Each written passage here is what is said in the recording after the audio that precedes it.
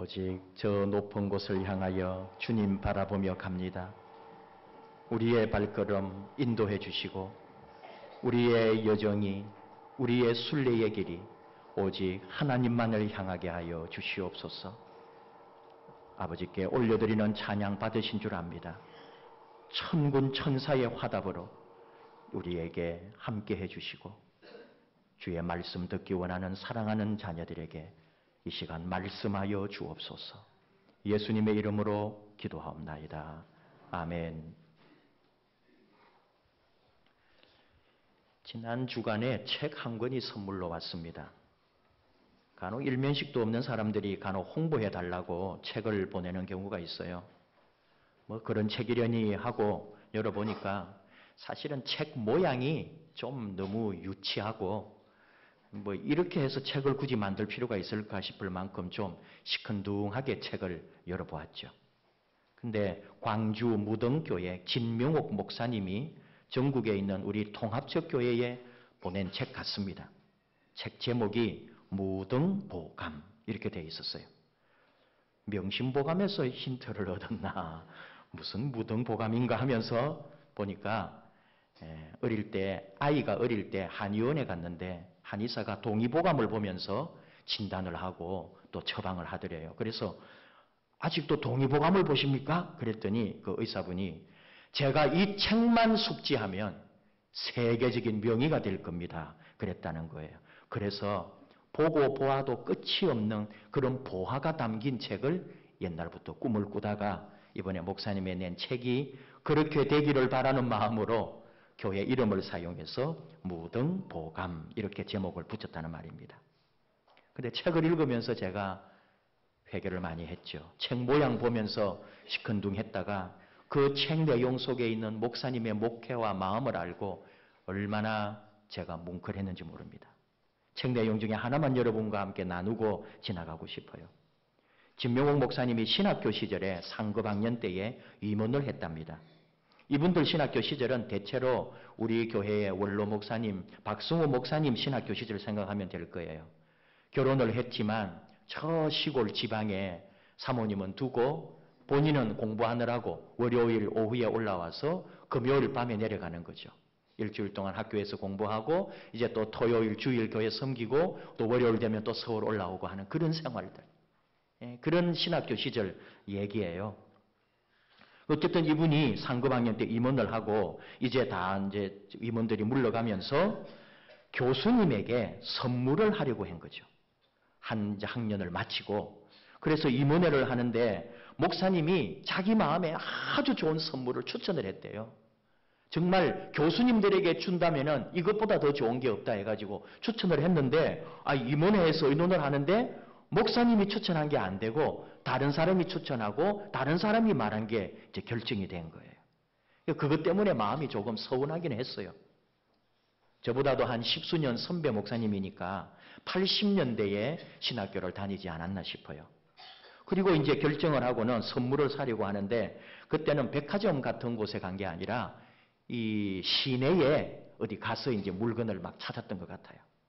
그래가지고 임원들하고 같이 시내에 나가서 선물을 사려고 돌아다니는데 이 임원들이 목사님을 빼고 자기들끼리 자꾸 모여가지고 무슨 얘기를 나누고 자꾸 이 목사님을 피하는 그런 느낌을 받은 거예요. 나를 따돌리네? 내가 제안한 물건을, 내가 제안한 선물을 정한 게 아니라고 계속 자기들끼리만 의논하고 자기들끼리 지금 주고받고 그러네? 회의는 회의니까 결정되었으면 나도 그대로 따르는데 왜 나를 자꾸 따돌리고 자기들끼리 저렇게 모여가지고 저래? 마음이 상해가지고 정말 나 먼저 간다 그러고 가버릴까? 그런 생각까지 하면서 있었다는 거죠. 그러고 있는데 임원 한 명이 목사님에게 다가와가지고 그때 이제 다 신학생 시절이죠. 그러니까 진전도사님 사실은요 우리가 임원을 같이 했지만 진전도사님이 가장 열심히 이 임원으로서 수고를 해줘서 우리 임원들이 다 결정을 했어요. 전도사님에게 선물을 하나 해주자고. 그런데 전도사님은 또 선물 받을 기회가 있을 것 같아서 그 선물을 사모님에게 드리고 싶은데 그래서 우리가 지금 사모님 선물 한번 해보려고 찾고 찾는데 도저히 찾을 수가 없네요. 전도사님한 결국은 말씀드리기로 했고 전도사님이 사모님 옷 하나 골라주세요. 이러는 거예요. 얼마나 부끄럽고 놀라고 얼마나 당황했는지 자기도 모르게 뒤로 몇 미터를 도망을 갔다는 거예요. 하지만 그 임원들이 진심으로 전도사님을 사랑해 주었고 또 그 임원들의 우정을 뿌리칠 수가 없어서 그 당시에 가장 유행했던 주름 월남 치마를 사서 사모님에게 선물을 했다. 그런 내용이 있었어요. 그런데 이 일이 이 진 목사님에게 얼마나 큰 교훈이 됐는지 그 수십 년 지금까지 목회하면서 지켜오는 삶의 뿌리가 바로 그 사건이었다는 거죠. 첫째는 회의를 할 때에 꼭 내 생각, 내 주장만이 맞다 하는 생각을 하지 않는답니다. 두 번째는 나를 빼놓고 나 몰래 회의를 해도 모두 다 나를 좋게 해주려고 나에게 뭔가를 잘해주려고 그랬겠지. 그렇게 생각을 한다는 거예요. 실제로 교회에서 지금까지 목회하면서 회의할 때 목사님 잠깐 자리 좀 양보해 주시겠습니까? 하고 나가 있으라고 할 때에 그건 전부 다 목사를 좋게 하려는 거지 다른 게 아니었다는 거예요. 요즘도 목사님에게 동료, 노회나 이런 곳에 목사님들이 전화를 한대요.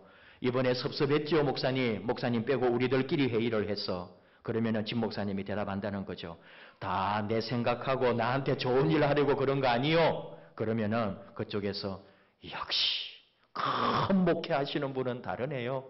정말 큰 인물은 달라. 이러면서 서로 웃고 또 위로하고 마음을 푼다는 거죠.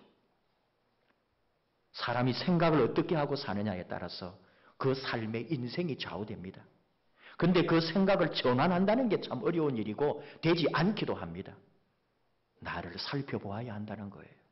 내가 부족하다는 것, 내가 연약하다는 것, 내가 아무것도 아니라는 것, 나도 별 수 없는 존재라는 것, 이런 자기 성찰과 고백이 삶에서 반드시 필요합니다. 그리고 상대에 대해서는 언제나 너그럽고 관용이 있어야 합니다. 남에 대한 배려와 사랑의 마음, 오해하지 않고 항상 장점과 좋은 점을 찾아주고 칭찬해주는 그런 삶말입니다. 이것이 바로 삶의 올바른 태도입니다. 신앙인이 거룩을 말하기 전에 그리스도인의 기본적인 품격이 타인에 대한 배려와 관용, 너그러움이죠. 우리는 예외를 좋아합니다. 어떤 사고에서나 나는 그런 어떤 어려움 속에서 예외이기를 바라는 거죠. 교통사고에서 요즘은 이제 대형 사고, 비행기 사고, 우리 이웃의 주변에 계절마다 일어나는 크고 작은 사고들에서 나는 항상 상관없고 예외이기를 바랍니다. 그러나 그런 예외가 없어요. 지난 여름에 제 친구 한 명이 강원도에서 물에 빠져 세상을 떠났습니다. 경상도 제일 남단 그쪽에 사는 친구가 그 동네 마을 지인들과 함께 여름 휴가를 강원도로 온 거죠. 그리고 물에서 실종되었다가 3일 후에 시신을 찾았답니다. 뉴스에까지 나온 사건이라고 하는데 저는 친구로부터 한 달 지나서 그 이야기를 들었습니다. 그 죽은 친구가 중학교 3학년 내내 좋은 친구였고 참 잊히지 않는 추억도 있고 서로에게 상처도 있는 그런 친구인데 그렇게 불의의 사고로 죽었다 하는 말을 들을 때에 나름대로 많은 생각을 좀 했어요. 우울했어요. 며칠 동안. 삶과 죽음에 대하여, 인생에 대하여, 미래에 대하여 그런 생각을 할 때가 이제 저에게도 왔지 않습니까? 예외가 없다는 거예요. 그게 친구 이야기가 아니고 내 이야기일 수도 있고 우리 가족일 수도 있고 우리 교회, 우리 성도들의 이야기일 수도 있구나. 그러므로 우리는 언제나 깨어 있어야 합니다. 오늘 언제나 우리는 하루를 충실하게 살아야 합니다. 며칠 전에 일어난 판교 테크노밸리 사고가 남의 이야기가 아닌 줄을 우리가 알아야 돼요. 어디 먼 곳에서 들려온 소식이 아니라 내 이웃이고 내 가족이고 내 자식이고 바로 우리들의 이야기. 거기에도 몇몇 분들은 참 기가 막힌 사연을 가진 사람들이 죽은 사람들 중에 있지 않습니까? 세상에 일어나는 모든 사건, 어떤 일들 속에도 그것이 바로 내 일이라고 읽을 수 있는 그런 영적인 감각이 우리에게 있어야 합니다. 하나님의 말씀을 이해하고 받아들이고 적용하는 것도 마찬가지라는 거예요. 어떻게 말씀을 읽고 어떻게 믿고 어떻게 삶으로 살아내느냐. 그것이 바로 내 신앙이고 내 삶인 거죠. 오늘 하나님께서 주신 말씀도 저는 이번에 그렇게 한번 읽어보았습니다.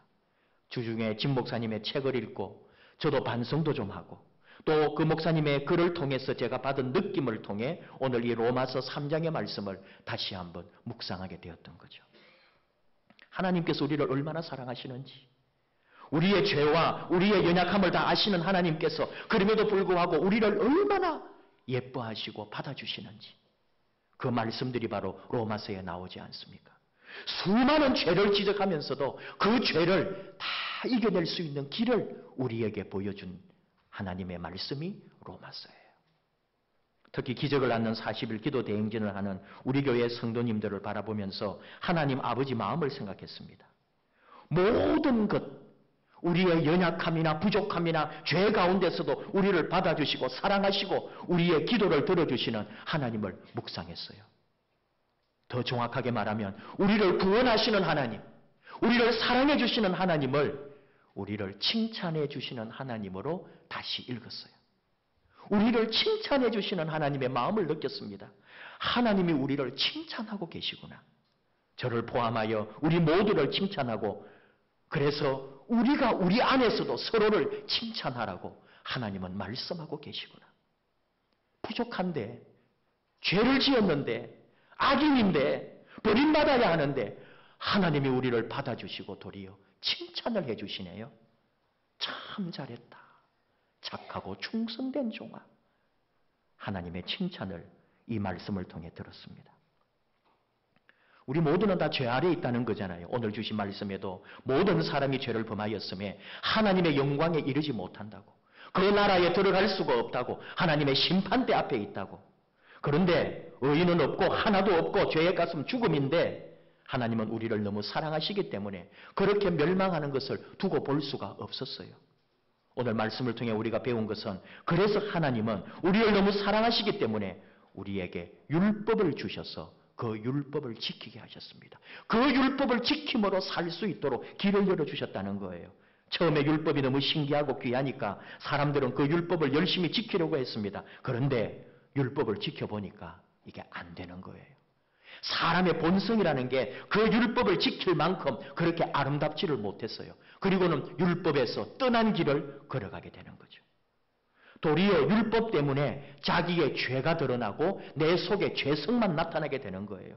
이것도 죄, 저것도 죄, 율법의 고리에 걸어보니까 내 삶은 전부 죄로 물들어져 있는 거죠. 끊임없이 죄를 짓는 우리의 모습이 율법의 잣대 아래에 나타나게 되는 거죠.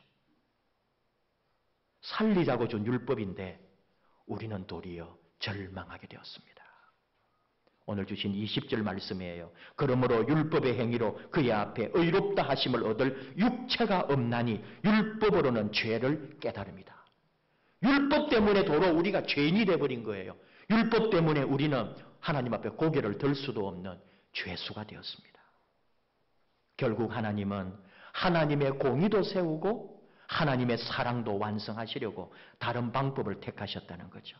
그것이 바로 오늘 20절, 21절 말씀입니다. 이제는 율법 외에 하나님의 한 의가 나타났다.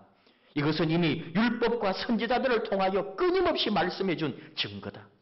구약 성경이 지금까지 수백 년 동안, 천몇백 년 동안 우리에게 전해준 메시아, 하나님의 아들, 바로 예수 그리스도로 말미암아 모든 그 믿음으로 구원받게 되는 길을 열어주셨다. 오늘 말씀이에요. 율법 외에 하나님의 한 의, 바로 예수 그리스도를 믿는 믿음, 이 길을 우리에게 열어주셨다는 거예요. 예수를 믿는 믿음으로 말미암아 구원 얻는 길. 요한복음 3장 16절, 하나님이 세상을 이처럼 사랑하사 독생자를 주셨으니 이는 그를 믿는 자마다 멸망하지 않고 영생을 얻게 하려 하심이라. 17절, 하나님이 그 아들을 세상에 보내신 것은 세상을 심판하려 하심이 아니요 그로 말미암아 세상이 구원을 받게 하려 하심이라. 하나님의 아들 예수 그리스도가 이 세상에 오신 이유는 오직 하나, 세상을 심판하고 멸망시키는 게 아니고 바로 우리 사람들을 구해 주시려고, 그 사랑을 한없이 베풀어 주시려고 하나님의 아들 예수님이 우리에게 오셨다고요. 그리고 오늘 말씀합니다. 24절. 그리스도 예수 안에 있는 속량으로 말미암아 하나님의 은혜로 값없이 의롭다 하심을 얻은 자가 되도록 우리를 그렇게 바꾸어 줬다는 거죠. 하나님의 일방적인 사랑이에요. 하나님이 그냥 무조건적으로 주신 은혜입니다. 나는 그대로인데요. 나는 변화가 없어요. 내 죄도 그대로 있습니다. 근데 이걸 해결할 길이 없습니다. 근데 속량을 해주셨다는 거죠. 속량은 갚아준다는 의미입니다. 대신 지불한다는 의미입니다. 이것이 바로 십자가의 죽음이잖아요. 예수님의 십자가 죽음은 내 대신에 내 죄값을 지불했고 내 허물의 값을, 내 인생의 모든 짐의 값을 예수님이 십자가의 죽음으로 다 갚아주셨다는 거예요. 죽음의 노예, 죄악의 노예에서 예수님이 그 모든 대가를 지불하고 나를 자유케 해주셨다고. 자유인으로, 해방자로 우리를 만들어 주셨다는 거죠. 이것 때문에 우리가 살았고 이것 때문에 우리가 그리스도인이 되고 우리가 새로운 존재가 되었습니다. 고린도후서 2장 17절 말씀, 그런즉 누구든지 그리스도 안에 있으면 새로운 피조물이라 이전 것은 지나갔으니 보라 새 것이 되었도다. 새 것이 되었단 말이죠. 그저 바꾸어진 정도가 아닙니다. 완전히 새로운 존재. 저는 이것을 하나님이 우리를 칭찬하시는 의미로 읽었다 이 말이에요. 죄인이고 도리어 그래서 하나님은 분노하고 우리를 향하여 진노해야 되는데 도리어 그의 아들 예수를 통하여 우리를 다 용납해 주시고 그리고는 우리를 잘한다고 우리를 또 잘하라고 칭찬해주고 격려해주고 위로해주시는 하나님의 은혜로 이 말씀을 다시 보았다 이 말입니다. 필립 얀 씨가 최근에 우리나라를 다녀갔습니다. 목사가 아니지만 목사보다도 더 성직자 같은 분, 귀한 책들을 통해 우리의 영적인 지수를 높여주신 귀한 분, 이번에 세미나 초청 강사로 오셔서 우리 한국의 여러 곳 일정을 진행하셨습니다. 그 중에 하나가 지구촌교회 원로 이동원 목사님이 한국교회 목회자 부부 100명을 초청해서 필그림 하우스에서 필립 얀 씨와의 만남을 갖게 했다는 거죠. 제가 그곳에 초청을 받고 다녀왔으면 얼마나 좋겠습니까마는 저는 아직 그런 곳에 갈 만한 인물이 못 되고 다녀오신 분이 저희에게 해주신 이야기를 들었습니다. 필립 얀 씨가 그 필그림 하우스에서 그날 자기 어린 시절 이야기를 해 주었답니다. 콜로라도 출신인데 아주 시골 마을. 지금부터 50년, 60년 전이라고 생각해 보면 미국도 굉장히 어려운 그런 시골 마을, 그런 곳의 출신인데 자기가 있는 그쪽에 고향 쪽에 마을 할머니, 할아버지들이 그때 오케스트라를 만들었답니다. 할아버지, 할머니들이 악기를 배우고 또 곡을 연습해가지고 창단 4개월 만에 마을 사람들을 초청하여 연주회를 열었다는 거예요. 그래서 동네 사람들이 다 모여가지고 할아버지, 할머니 오케스트라 연주회에 가게 된 거죠. 그런데 그 연주곡이 베토벤의 운명 교향곡이었답니다. 할아버지, 할머니들이 그리고 솜씨도 사실은 없는 거죠. 몇 개월 배워가지고 각종 모든 그 악기를 다 동원해가지고 연주를 하는데 하필 바람 부는 날 야외에서 그 연주회가 있었다는 거죠. 악보가 날아가 버리기도 하고요. 박자를 놓치고 할아버지가 당황해하고요. 어쨌든 그 아직 어린 이 필립 얀 씨가 볼 때도 베토벤이 작곡한 느낌과는 완전히 다르게 연주회가 진행되더라는 거죠. 그러나 이 연주자들이 자부심을 가지고 끝까지 그 연주를 다 해냈다는 거예요. 필립 얀 씨가 하려고 하는 말이 있어요. 사실 할아버지, 할머니 오케스트라가 베토벤의 곡의 그 어떤 흐름에 가까이 가지는 못하고 모든 연주가 서툴고 실수도 하고 부족했습니다. 그래서 순간순간 사람들이 웃음거리도 되었지만 관객들 그 어느 누구도 오케스트라를 원망하거나 야유하지는 않았다는 거죠. 비록 시원찮은 연주자들이었지만 그 시간에 마을 사람들 모두가 음악으로 하나 되었고 할아버지, 할머니 오케스트라 덕분에 그 50년, 60년 전 콜로라도 시골 마을에 사람들이 베토벤의 운명교향곡을 실제로 연주하는 현장에서 그 음악을 감상하고 보고 들었다는 거예요. 그 할아버지 할머니들이 연주해주지 않았다면 어떻게 그 시골 사람들이 베토벤의 운명교향곡을 실제로 들어볼 수 있었겠느냐고요. 필립 얀시가 진짜 하고 싶은 말이 있어요. 질그릇 같은 한국 교회입니다. 상처도 많고 이도 나가고 깨진 그릇처럼 보이는 한국 교회입니다. 하지만 시골의 그 아마추어 오케스트라 덕분에 베토벤의 운명교향곡을 그 시골 사람들이 직접 듣지 않았습니까? 이처럼 한국 교회가 있었기 때문에 이 한국 땅에 복음이 전해지고 한국 사람들이 예수 그리스도의 생명을 맛본 거 아닙니까? 아직도 세상을 섬기고 세상을 변화시키고 세상을 위해 일하는 한국 교회와 목회자 여러분, 여러분은 자랑스러운 연주자들입니다. 당신들 때문에 이 민족이 복음을 듣고 있습니다. 연주를 멈추지 마십시오. 연주를 멈추지 마십시오. 여러분의 연주가 완전하다고 생각하지는 않을 겁니다. 그러나 여러분이 연주를 하지 않으면 누가 연주를 계속하겠습니까? 계속하십시오. 계속하십시오. 그러면 더 잘하게 될 것입니다. 제가 전해 들었는데 얼마나 위로를 받고 힘을 얻고 감동을 받았는지 모릅니다. 한국 교회 왜 이 모양이냐고, 목사들이 도대체 무엇을 하고 있느냐고, 한국 교회가 왜 이렇게 타락했느냐고, 그렇게 목회하려면 목사들 다 그만두라고 그런 말 할 수 있지만 한마디도 원망하거나 꾸중하지 아니하고 도리어 칭찬해주고 위로해주고 격려해주는데 왜 그렇게 울음과 반성과 회개와 결단이 있었는지 그 자리에 참석했던 목사님들이 다 똑같이 느꼈다는 거예요. 그리고 결심했답니다. 잘해야 되겠다. 참으로 잘해야 되겠다. 더 잘해야 되겠다. 저는 우리 이야기를 합니다. 우리나 우리 교회, 우리 자신들은 어찌 완전하겠습니까? 원래 우리 자체가 형편없는 존재인데, 죄덩어리인데, 썩은 심장을 안고 세상의 썩은 곳을 향하여 찾아다니는 이기심과 비판과 분노와 욕망으로 가득 찬 우리들인데, 그런데 그런 우리를 사랑하시고 용서하시고 받아주시는 예수님이 계시다는 거예요. 내 안에 아직도 소망이 있는 줄 알아봐 주시고 나를 새 사람으로 만들어 주시려고 우리 곁에 오셔서 우리 손을 잡아 주시고 나 못하는데도 잘한다고 칭찬을 해 주시고 축복을 해 주시고 나를 하나님의 자녀 삼아 주십니다. 아직도 잘하려면 멀었는데 너무너무 서툴고 죄를 멈출 수 없는 죄인인데 용서해 주시고 너는 내 것이라고 하시네요. 착하고 충성된 종이라고 칭찬을 해 주시네요.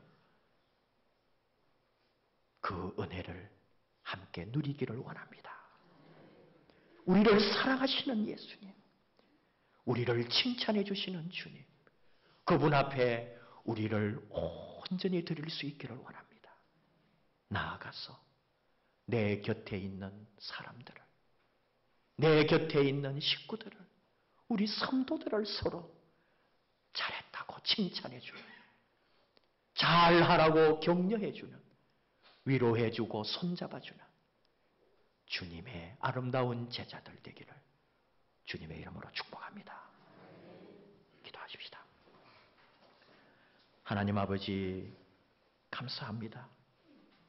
한없이 연약하고 부족한 저희들, 죄인 중에 괴수인 저희들을 이토록 사랑해 주시고 우리 때문에 주님이 죽으시고 우리 때문에 주님이 피 흘리시고 우리 때문에 주님이 값을 지불해 주신 그 은혜 감사합니다.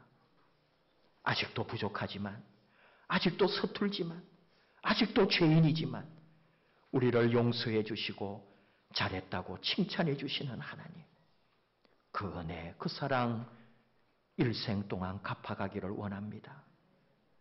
그 사랑과 그 칭찬에 힘얻어 오늘도 최선을 다하고 우리 하나님의 부르심 앞에 착하고 충성된 종으로 우리 모든 것을 드리는 아름다운 자녀 되게 하여 주시옵소서.